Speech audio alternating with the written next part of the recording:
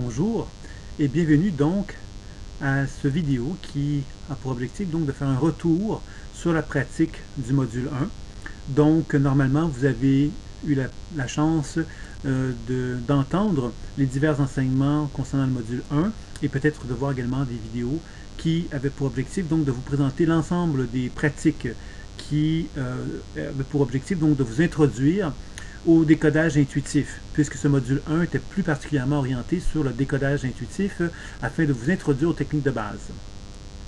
Donc, normalement, vous auriez donc dû pratiquer pendant au moins 7 jours la pratique de l'enracinement avec, dans la mesure du possible, un petit journal intime dans lequel vous auriez pu prendre le temps de noter ce que vous avez pu expérimenter lors de la pratique de l'enracinement. Alors, qu'est-ce qu'on s'attendait de vous à partir du moment où vous avez pratiqué l'enracinement pendant ces 7 journées-là minimum, donc vous avez eu la chance peut-être de pratiquer davantage? Ce serait évidemment, dans un premier temps, de pouvoir me dire ce que vous avez ressenti, vu ou entendu à mesure que vous avez expérimenté la pratique de l'enracinement. C'est-à-dire que en fermant les yeux, en faisant un exercice imaginaire, puisque la pratique de l'enracinement est quand même un exercice imaginaire, vous avez peut-être pu expérimenter que dans une certaine région de votre corps, l'énergie circulait assez bien et que dans d'autres, l'énergie circulait un peu moins bien.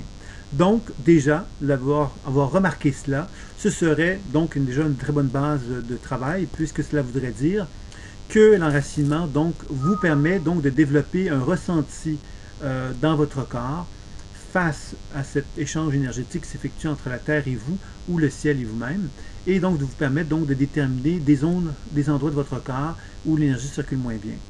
Si vous pratiquez l'enracinement régulièrement, il est possible que vous avez pu observer que ces endroits où l'énergie circulait moins bien se sont retrouvés à circuler de mieux en mieux à mesure que vous pratiquiez la pratique de l'enracinement. Donc, ce serait vraiment la base de vos observations. L'autre observation qui serait intéressante également de noter, c'est est-ce que vous avez observé un mieux-être? À mesure que vous avez pratiqué l'enracinement, est-ce que vous avez senti que vous aviez un plus grand apport énergétique, une meilleure concentration, un sentiment d'être plus vivant, bon, des choses comme ça? Avez-vous peut-être été plus en contact avec des émotions de colère, de frustration, de mécontentement?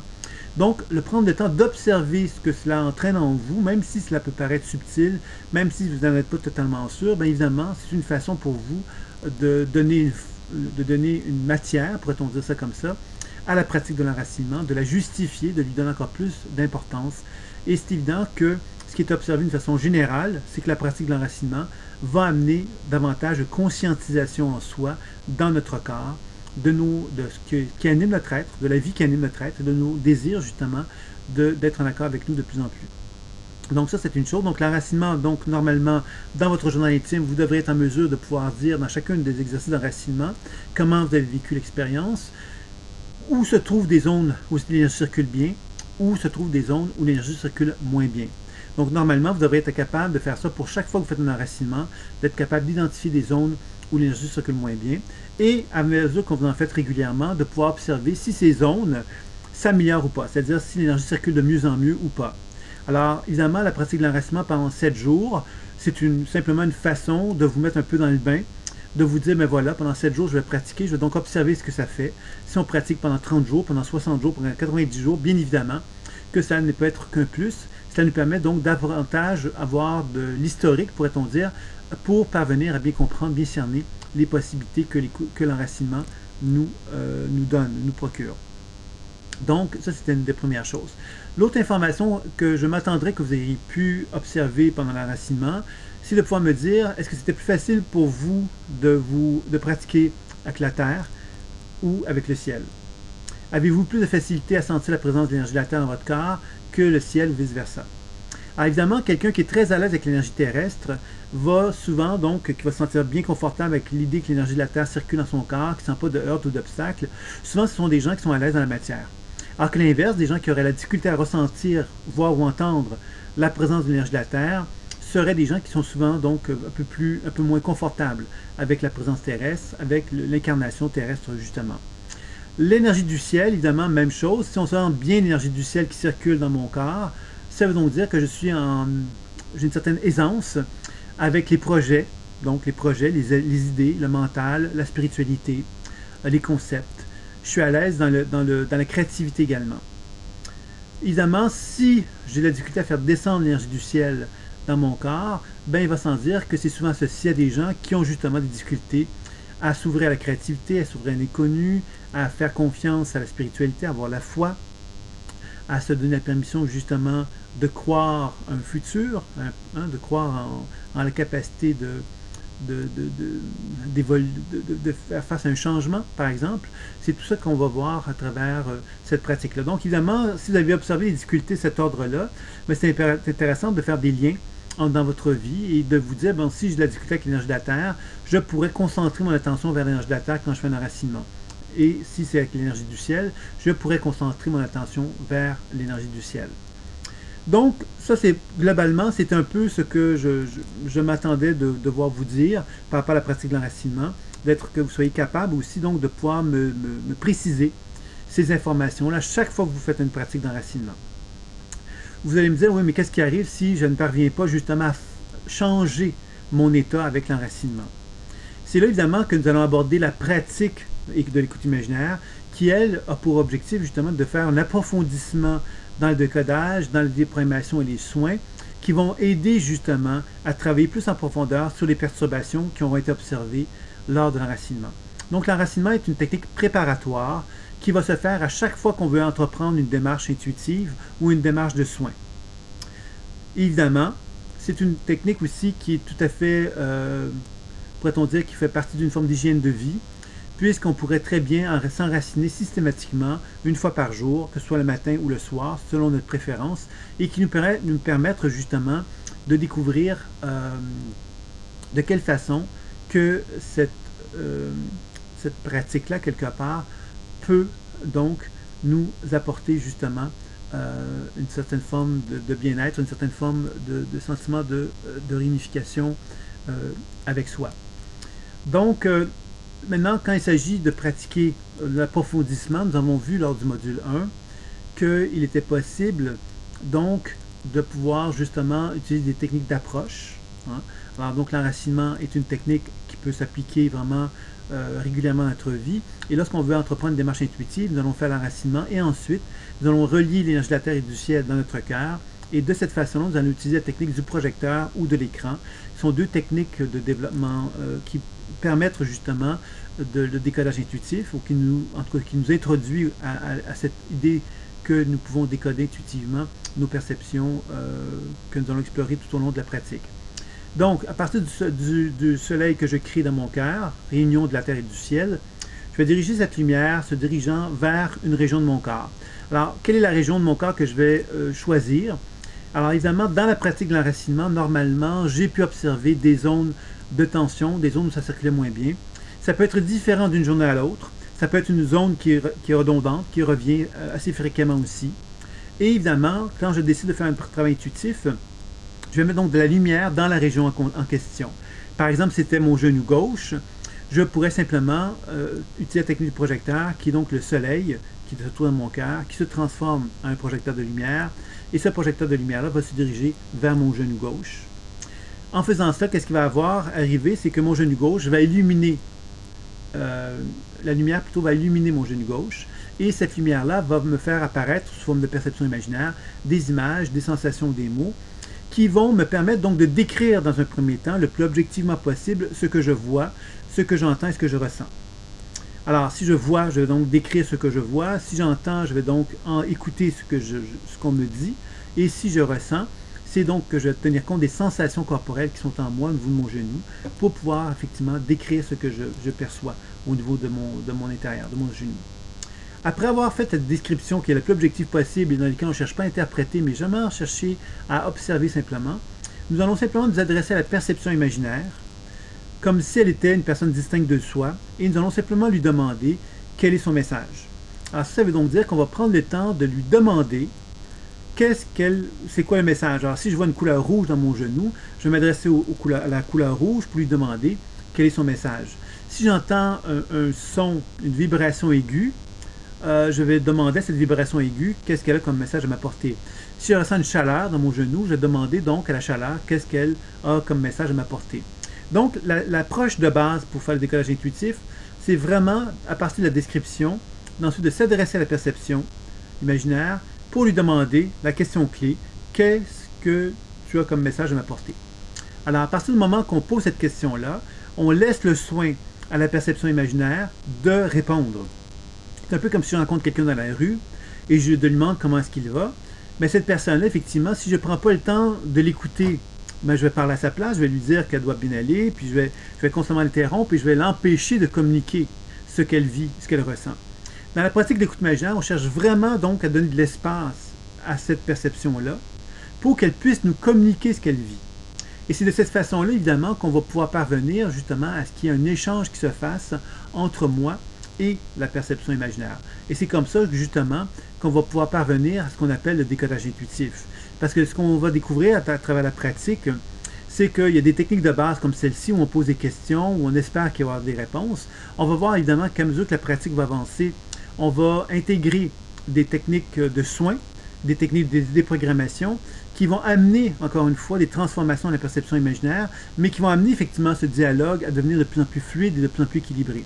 Donc, si vous avez de la difficulté avec la technique du projecteur présentement, dites-vous bien que ce n'est pas dramatique. L'important à ce stade-ci, c'est que vous soyez capable d'observer effectivement des perceptions, que vous soyez capable de prendre le temps de les questionner et peut-être de voir des transformations se faire sans même toujours comprendre ce que cela signifie. Donc déjà avec ça, vous seriez déjà donc quand même avec une bonne base d'apprentissage. Vous ne seriez pas encore capable de faire une pratique comme vous souhaiteriez le faire, mais vous seriez quand même dans un processus qui vous amène tout doucement vers une pratique plus étoffée et c'est évidemment les autres modules qui vont vous permettre d'étoffer cette pratique-là. Donc l'objectif de cette leçon-là, qui est la technique du projecteur, c'est donc de prendre le temps de questionner l'information, de voir si elle nous répond. Si elle ne nous répond pas, il ne se passe absolument rien. Qu'est-ce qu'on va faire? On va simplement mettre de nouveau de la lumière sur la perception en se disant que la lumière va permettre d'approfondir ce qui est perceptible. À partir du moment où on fait cela, on va de nouveau voir de nouvelles images, de nouvelles sensations, de nouveaux mots, qu'on va prendre le temps de nouveau de décrire, de questionner. Et on va poursuivre ainsi de suite pour parvenir justement à obtenir le maximum d'informations en utilisant la technique du projecteur. Il y a donc évidemment une question fondamentale qui m'est souvent posée lors de la pratique et que je vais prendre le temps de vous rappeler parce qu'on avait déjà parlé dans l'enseignement du module, je crois. On me demande souvent, est-ce que c'est mon mental? Qu'est-ce que je fais avec mon mental? Parce que mon mental, effectivement, il intervient dans ma pratique et je me bats avec lui pour effectivement qu'il ne soit pas présent. Je considère que c'est pas bien qu'il soit là. Dans la pratique d'écoute imaginaire, nous on parle du principe que toute manifestation, quelle qu'elle soit, a un message à nous transmettre. Si je suis en train de travailler sur mon genou et que je m'adresse à mon genou, et je lui demande des questions, il n'y a rien qui se passe, et qu'une perception de mon mental intervient, par exemple que je suis un pas bon, par exemple, que je ne suis jamais capable de rien, parce que je ne me sens pas satisfait du travail que je suis en train de faire avec mon genou, ce qu'on va faire, c'est qu'on va rester très neutre et on va simplement prendre la lumière de notre cœur et on va l'amener dans cette perception-là, c'est-à-dire ce sentiment qu'on n'est pas à la hauteur, qu'on n'est pas bon. Et on va décrire ce qu'on voit, ce qu'on entend, ce qu'on ressent et on va questionner de la même façon. Ce que je vous fais comprendre, c'est qu'à ce stade-ci, on va toujours rester dans une position de neutralité et toute manifestation, quelle qu'elle soit, même si elle n'est pas en relation avec mon genou, nous allons prendre le temps de mettre de la lumière dessus en reconnaissant que cette manifestation-là est, en quelque part, en train de me dire « je veux te dire quelque chose ». Et que le fait qu'on la prenne le temps de la questionner donne des chances, effectivement, que des réponses puissent se manifester.